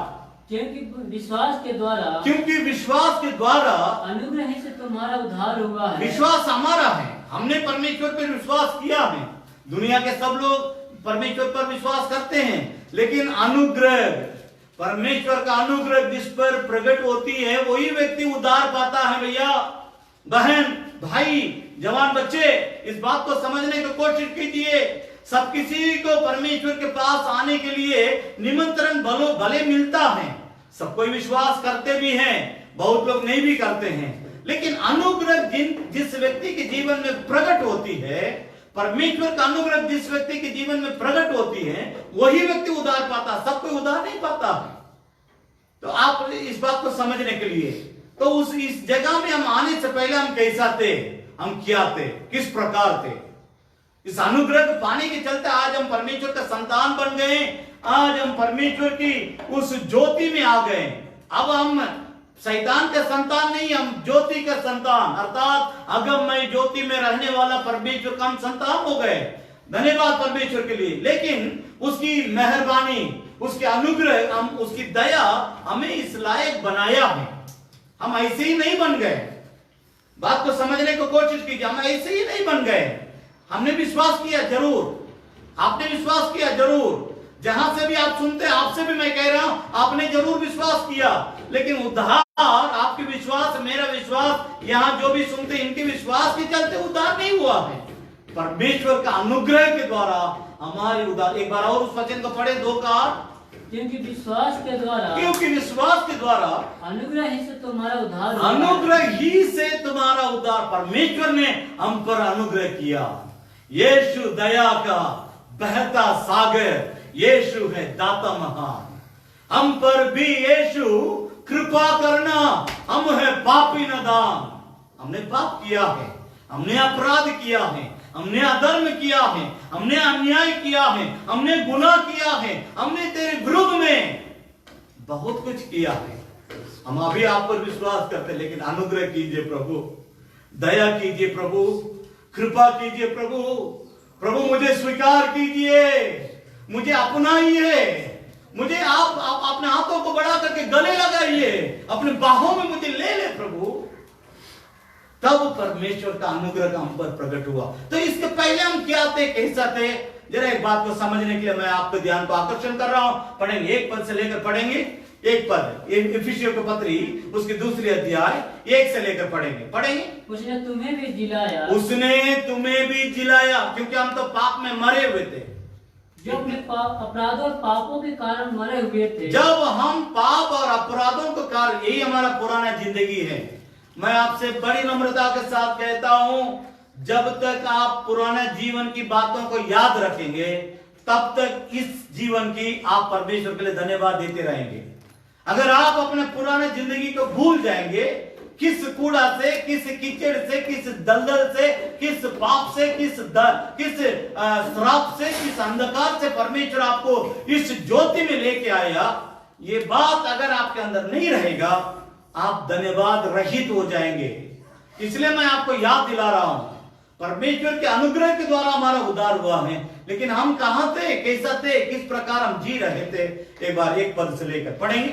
उसने तुम्हें भी जिलाया, उसने तुम्हें भी जिलाया, जो अपने अपराध और पापों के कारण मरे हुए, जब हम सबके सब अपराध और पाप के कारण मरे हुए थे, जिनमें तुम पहले संसार की रीति पर, पहले संसार की रीति पर और आकाश के अधिकार के हाकिम, अर्थात उस आत्मा के अनुसार चलते थे, उस दुष्ट आत्मा के अनुसार चलते थे, जो अब भी आज्ञा न मानने वालों में कार्य करता है। अभी भी कुछ लोगों के बारे में पौलुस कहता है इफिसियों कलीसिया में, अरे तुम जान गया यीशु मसीह को, अरे तुम यीशु मसीह के पिता पुत्र पवित्र आत्मा के नाम से बपतिस्मा भी ले लिया, अरे तुम प्रभु भोज में भी शामिल होते हो। अभी तो 5 महीना से लॉकडाउन है, लेकिन उसके पहले तो प्रभु भोज में शामिल होता था और सब कुछ करता था। तो पर भी उस शैतान का आत्मा तुम्हारे अंदर कार्य करता है, इसीलिए तुम कभी कभी परमेश्वर की आज्ञा को, कैसे लिखा है, नहीं मानते हो। ऊपर से पढ़े, जिनमें तुम्हें पहले संसार कृति पर और आकाश के अधिकार के हाथ के, अर्थात उस आत्मा के अनुसार चलते थे, जो अब भी आज्ञा न मानने वालों में कार्य करता है। तो इस बात को समझ लीजिए, जो आज्ञा नहीं मानता है उसके अंदर कौन सा आत्मा कार्य करता है जी? मेरी बात समझ में आ रहा है? जो परमेश्वर की आज्ञा नहीं मानेगा, जो बाइबल धर्मशास्त्र की आज्ञा को नहीं मानेगा, इसका मतलब वो अपने अंदर उस दुष्ट आत्मा को पालता है, इसीलिए परमेश्वर की बातों को मानता नहीं है। आप कहीं भी, आप कोई भी क्यों न हो, आप कितना भी दूर से बैठ करके इस वचन को सुनते हैं, ये सत्य है, ये सच्चाई है, जो हमारा परमेश्वर का बाइबल धर्मशास्त्र के अंतर्गत में, वो हमें हमारा पिता होने के नाते, वो ज्योति में रहने वाला परमेश्वर होने के नाते हमें ज्योति के संतान के रूप में ही देखना चाहता है, इसलिए वो खोल करके बात करता है। अगला पद को पढ़ेंगे। इनमें हम भी सब के सब पहले, ठीक है, अपने शरीर की लालसाओं में दिन बिताते थे। पहले हमारा जिंदगी अपने शरीर का अभिलाषा के अनुसार दिन बिताते थे, ठीक है, और शरीर और मन की इच्छा पूरी करते थे, शरीर और मन की इच्छा को पूरी करते थे, और अन्य लोगों के समान स्वभाव से क्रोध करते थे, अन्य लोगों के समान बहुत गुस्सा, बहुत क्रोध करते थे। परंतु परमेश्वर ने जो दया का धनी है, जो दया का धनी है, अपने उस बड़े प्रेम के कारण, उसने अपने बड़ी प्रेम के कारण, जिससे उसने हमसे प्रेम किया, जब हम अपराधों के कारण मरे हुए थे, तो हमें मसीह के साथ जिलाया, हमें मसीह के साथ उस परमेश्वर ने जिलाया। अनुग्रह से तुम्हारा उद्धार हुआ है, अनुग्रह ही से तुम्हारा उद्धार हुआ है, और मसीह यीशु में उसके साथ उठाया, और स्वर्गीय स्थानों में उसके साथ बैठाया है, कि वह अपनी उस कृपा से, जो मसीह यीशु में हम पर है, आने वाले समय में हैं। अपने अनुग्रह का असीम धन दिखाए। असीम धन दिखाए। इसलिए बाकी बातों का आप घर में जाके पढ़ लें। मैं यहाँ पर आपके लिए प्रार्थना करना चाहता हूँ, मेरी बात को समझने की कोशिश कीजिए। भाई बहन, ये उद्धार परमेश्वर का बड़ी अनुग्रह से हमें मिला है। लाख रुपया, करोड़ रुपया, अरब रुपया दे करके हम उद्धार नहीं पाए। हमारे लिए प्रभु यीशु क्रूस पर अपना जीवन को बलिदान दिया और उसने अपना बहुमूल्य रक्त हमारे पापों से क्षमा करके उस परमेश्वर का अनुग्रह को हम पर प्रकट करने के लिए उसने अपना लहू बहा करके हमें मोल लिया, दाम देकर मोल लिया। इस बात को समझने की कोशिश कीजिए। प्रभु यीशु ने दाम दे, एक वचन को पढ़िएगा, पहला कुरिन्थियों का पत्र उसके 6 अध्याय 19 और 20 पद को पढ़ेंगे। पहला कुरिन्थियों का पत्री उसकी 6 अध्याय 19 और 20 पद को पढ़ेंगे। ठीक है। क्या तुम नहीं जानते कि तुम्हारे देह पवित्र आत्मा का तुम्हारा देह पर पवित्र आत्मा का मंदिर है जो तुम्हें बसा हुआ है और तुम्हें परमेश्वर की ओर से मिला है। अब तुम्हें ये परमेश्वर की ओर से मिला है और तुम अपने नहीं हो क्योंकि दाम देकर मोल लिए गए हो। इसलिए अपने देह के द्वारा परमेश्वर की महिमा करो। भाई बहन, हम अंधकार के संतान नहीं है, हम ज्योति के संतान हैं। इस बात को समझने की कोशिश कीजिए। एक और अध्याय को निकाले, हम थोड़ा सा मैं क्लियर करना चाहता हूं। यूहन्ना रचित सुसमाचार की पुस्तक उसका पहला अध्याय, यूहन्ना रचित सुसमाचार की पुस्तक उसका पहला अध्याय। प्रभु यीशु मसीह का प्रचार ज्योति के बारे में जरा समझने की कोशिश कीजिए। पहला अध्याय 4 और 5 पद को पढ़ेंगे। उसमें जीवन था और वह जीवन मनुष्य की ज्योति था। और वो जीवन, यीशु मसीह के जीवन के बारे में बाइबल धर्मशास्त्र क्या बतलाती है? भाई बहन, मेरी बात को सही तौर से समझने की कोशिश कीजिए। 4 पद, उसमें यीशु में जीवन था और वह जीवन मनुष्य, और यीशु में जो जीवन था वो मनुष्य के लिए ज्योति था। ज्योति अंधकार में चमकती है, ज्योति अंधकार में चमकती है, अंधकार ने उसे ग्रहण न किया, अंधकार ने उसको ग्रहण नहीं किया। यीशु मसीह के क्यों लोगों ने क्रूस पर मार डाला? जितने मार डालने वाले थे वे सब कोई शैतान के संतान थे, सबके सब अंधकार में रहने वाले थे। इसलिए ज्योति से वे प्रीति रखना नहीं चाहा। मेरी बात समझ पाती है? थोड़ा सा और इस बात को क्लियर समझ लीजिए। परमेश्वर स्पष्ट तौर से इस बात को हमारे सामने रखता है, स्पष्ट तौर से हमारे सामने रखता है। ज्योति अंधकार में चमकती है, इसलिए अंधकार ने उसे ग्रहण न किया। आप इस बात को समझने की कोशिश करें। भाई बहन, दुनिया भर में पाप था, उस पाप के चलते दुनिया अंधकार से भरा हुआ था। उसी समय प्रभु यीशु मसीह का जन्म इस संसार में हुआ था। वो ज्योति बनकर के इस संसार में आया। जब ज्योति चमकने लगा, जब प्रचार करने लगा, अंधों को आंख देने लगा, गूंगों को बोलने के लिए शक्ति दिया, लंगड़ों को उठा करके खड़ा किया, मुर्दों को जिलाया, बहरों को शब्द सुनाया और पापियों को अपनाया, उनके पापों को क्षमा किया। श्राप में रहने वाले, अंधकार में रहने वाले, शैतान के बंधन में रहने वाले सब किसी को उसने छुड़ाया, छुटकारा दिया। तब वो ज्योति रूपी प्रभु यीशु इस संसार में जो अंधकार था, उस अंधकार को दबा करके वो चमकने लगा। ये बात समझने की कोशिश कीजिए। जब उस अंधकार को मिटा करके ज्योति रूपी प्रभु यीशु इस संसार में चमकने लगा, अंधकार ने पसंद नहीं किया। आज भी इस दुनिया में सच्चाई जो बोलेगा उसे सब कोई नफरत करेगा। जो भर भर के झूठ बोलता है उसी को लोग वोट भी देते हैं। बात को समझने की कोशिश कीजिए। मैं खोल करके बोल रहा हूं, इस बात को समझ लीजिए। यहां पर स्पष्ट तौर से आज का जो स्थिति है, यही स्थिति उस दिन भी था। 5 पद के एक बार और पढ़ लीजिए, अच्छा से समझ जाइए। उसके बाद हम प्रार्थना करना चाहते हैं। पढ़ेंगे। ज्योति अंधकार में चमकती है, ज्योति अंधकार में चमकती है और अंधकार ने उसे ग्रहण न किया। अंधकार ने, जो पाप में रहने वाले, जो शैतान के संगी, शैतान के साथ रहने वाले जो थे, वे सब कोई इस धर्ममय प्रभु यीशु, उद्धारकर्ता प्रभु यीशु, जो इस संसार की अंधकार को मिटाने के लिए आया, उस यीशु को देखना नहीं चाहा, अंधकार ने उसे ग्रहण नहीं किया। भाई बहन मेरी बात को समझने की कोशिश कीजिए। इस कारण वे सब ने मिल करके उसको क्रूस पर मार डाला। उन लोगों ने सोचा यीशु को मार डाल देंगे सब कुछ खत्म हो जाएगा, लेकिन उनको यह नहीं मालूम था मरने के बाद ही मसीहत शुरू होती है।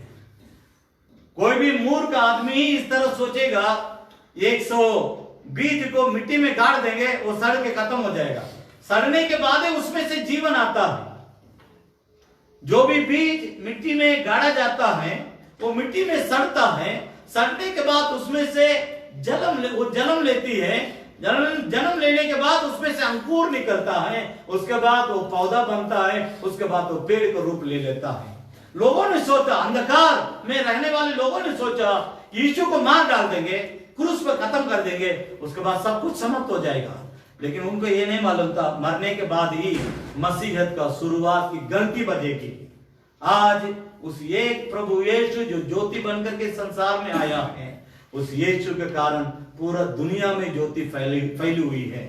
इसलिए प्रभु यीशु मसीह ने कहा उसकी अनुयायी, उस पर विश्वास करने वालों से कि तुम जगत की ज्योति हो। इस वचन को फिर से पढ़ें, उसके बाद हम प्रार्थना करें। मत्ती रचित सुसमाचार की पुस्तक उसका 5 अध्याय 14, 15, 16 पद को जहां से मैं प्रचार शुरू किया था वहीं पर फिर मैं आपको ले आकर के याद दिलाता हूं। अगला हफ्ता मैं 2 पॉइंट को जरूर बतलाऊंगा। पढ़ेंगे। तुम जगत की ज्योति हो। प्रभु यीशु मसीह ने कहा उसके मानने वालों से तुम जगत की ज्योति हो। जो नगर पहाड़ पर बसा हुआ, जो नगर पहाड़ पर बसा हुआ है वह छिप नहीं सकता। वो छुप नहीं सकता। और लोग दिया जलाकर पैमाने के नीचे नहीं, और लोग दिया जलाकर पैमाने के नीचे नहीं, परंतु दीवट पर रखते हैं। दीवट पर रखते हैं, तब उससे घर के सब लोगों को प्रकाश पहुंचता है। तब उस घर के सब लोगों को प्रकाश पहुंचता है। उसी प्रकार तुम्हारा उजियाला, उसी प्रकार ये हमारे लिए आदेश है, ऑप्शन नहीं। This is not option, this is commandment, God's commandment. इस बात को समझने की कोशिश कीजिए। ये हमारे लिए सुझाव नहीं है, आदेश है।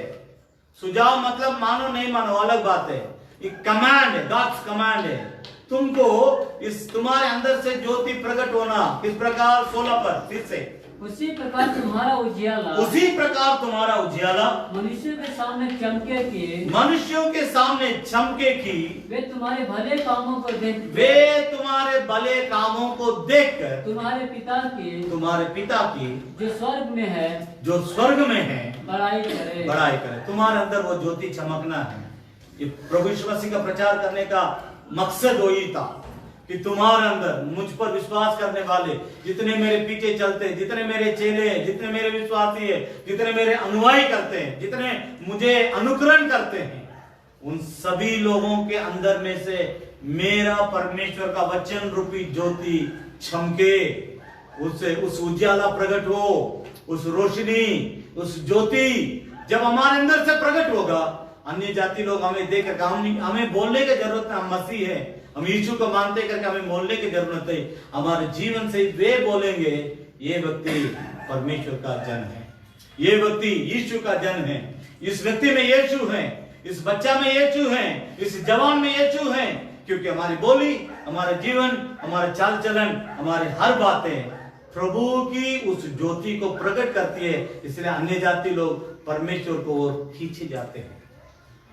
भाई बहन मेरी बात को समझने की कोशिश करें। हम प्रार्थना करने जा रहे हैं। उससे पहले एक बात को मैं आपको, ये वचन बहुत गंभीर है, इसलिए मैं इस वचन को, समय हो गया मेरे कहने के अनुसार, लेकिन इस वचन को पढ़े। पहला पत्रस की पत्री उसकी 2 अध्याय 9 पद, पहला पत्रस की पत्री उसकी 2 अध्याय 9 पद। अगर आप सचमुच अंधकार में से ज्योति में आ गए तब आपको क्या करना है? अगर आप समझते हैं मैं ज्योति में आ गया हूं तब आपको क्या करना है? पढ़िए। पर तुम एक चुना हुआ वंश और राज पदाधिकारी, याजकों का समाज और पवित्र लोग और परमेश्वर की निज प्रजा हो। इसलिए जिसने तुम्हें अंधकार में से अपने अद्भुत ज्योति में ले आया है, उसके गुण प्रकट तुम उसकी गुण प्रकट करो, उसका प्रेम को प्रकट करो, उसकी दया को प्रकट करो, उसकी क्षमा को प्रकट करो, उसके आशीर्वाद को प्रकट करो, उसकी करुणा को प्रकट करो, उसकी अनुग्रह को प्रकट करो। यीशु के द्वारा ही उद्धार है, यीशु ही मार्ग है, यीशु ही सत्य है, यीशु ही जीवन है। बिना यीशु के द्वारा कोई स्वर्ग में जा नहीं सकता। पाप की क्षमा यीशु के द्वारा, शैतान के बंधन से यीशु के द्वारा ही छुटकारा है। प्रभु वही कहता है कि मेरा गुण प्रकट करो। सचमुच हम अंधकार में से ज्योति में आ गए हैं। हमारा मुंह कभी बंद नहीं रहेगा कि प्रभु का प्रचार करने से, प्रभु का गुण लोगों के सामने प्रकट करने से। मैं आपसे पूछ रहा हूं, कितना आप गुण प्रकट करते हैं यीशु मसीह की, जो आपके लिए इतना किया है, आपके पापों को क्षमा किया है, आपके अधर्मों को दूर किया है, आपके अंदर का गंदगी को दूर किया है, आपको शुद्ध किया, अपने लहू से धो करके शुद्ध किया है।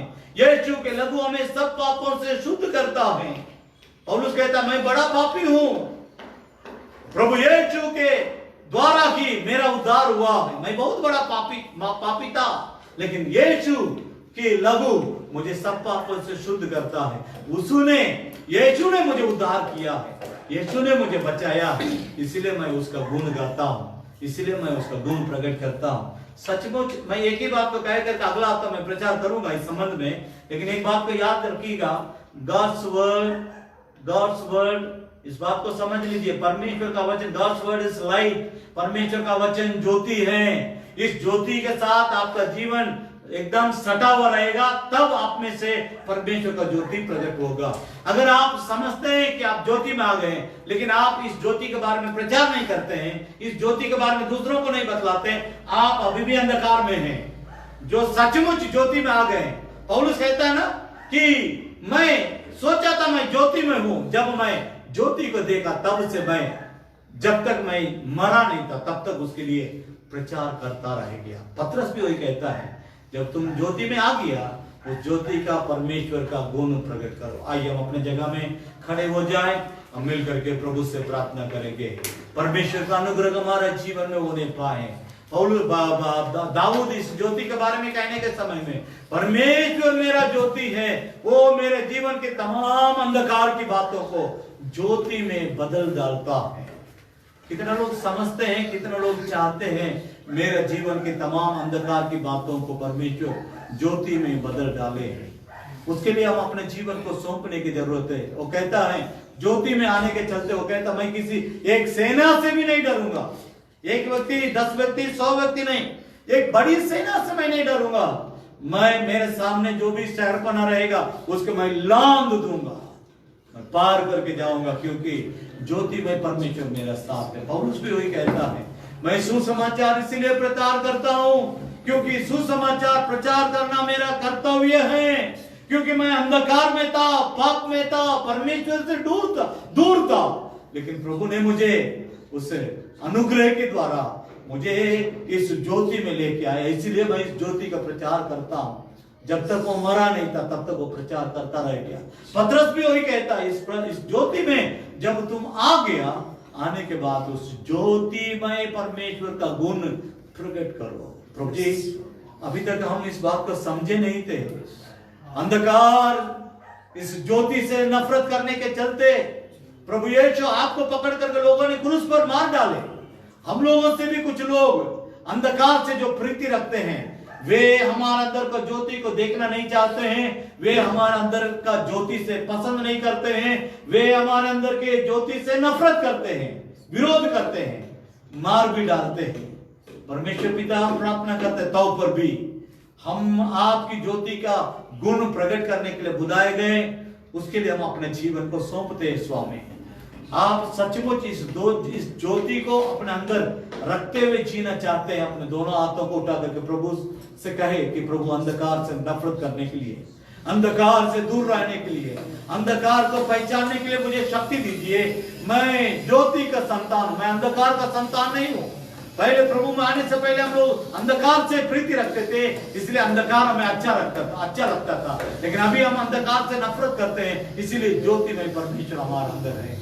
हाँ, अगर आप कहते हैं कि प्रभु मुझे आपकी ज्योति, गॉड्स वर्ड इज लाइट, परमेश्वर का वचन ज्योति है, उस ज्योति के द्वारा ही हम परमेश्वर की ज्योति में प्रवेश कर सकेंगे। उस ज्योति का हमें देने के लिए प्रभु से कहेंगे, अपने दोनों हाथों को उठा करके, प्रभु हमें वचन की ज्योति दे, हमें वचन की रोशनी दे, वचन के प्रति भूख और प्यास दे।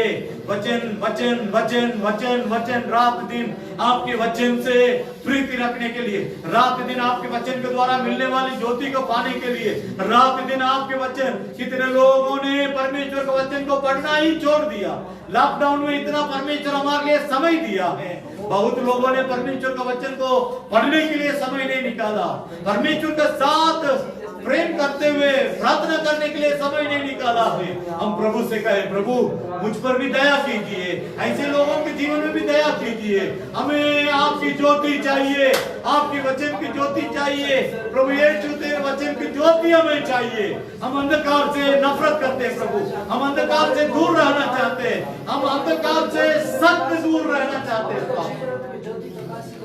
हमें आपकी ज्योति से भर दे।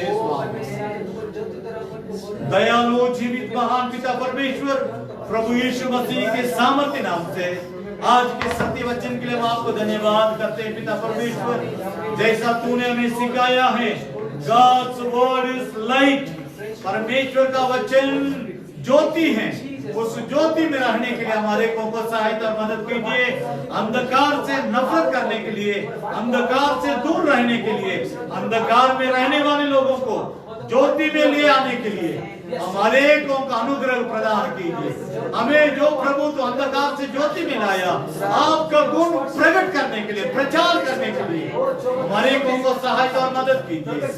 धन्यवाद के साथ परमेश्वर पिता आए हुए तमाम लोगों को तेरे हाथ में सौंपते हैं, और विभिन्न जगह से जो लोग दूर में सुनते हैं उन सभी लोगों के लिए भी तेरा आशीष मांगते हैं। सबों को तू आशीर्वाद दे, ये सप्ताह भर तेरा अनुग्रह हम सबों के साथ होने पाए। धन्यवाद के साथ सारी इज्जत और महिमा तुझे देते हुए प्रार्थना प्रभु यीशु मसीह के नाम से मांगते, सुन और ग्रहण कर ले पिता। आमीन आमीन। हे मेरे मन यहोवा को धन्य कर, हे मेरे मन उसके पवित्र नाम को धन्य कर। हे मेरे मन यहोवा को धन्य कर, और उसकी किसी भी उपकार को तू नहीं बोलना।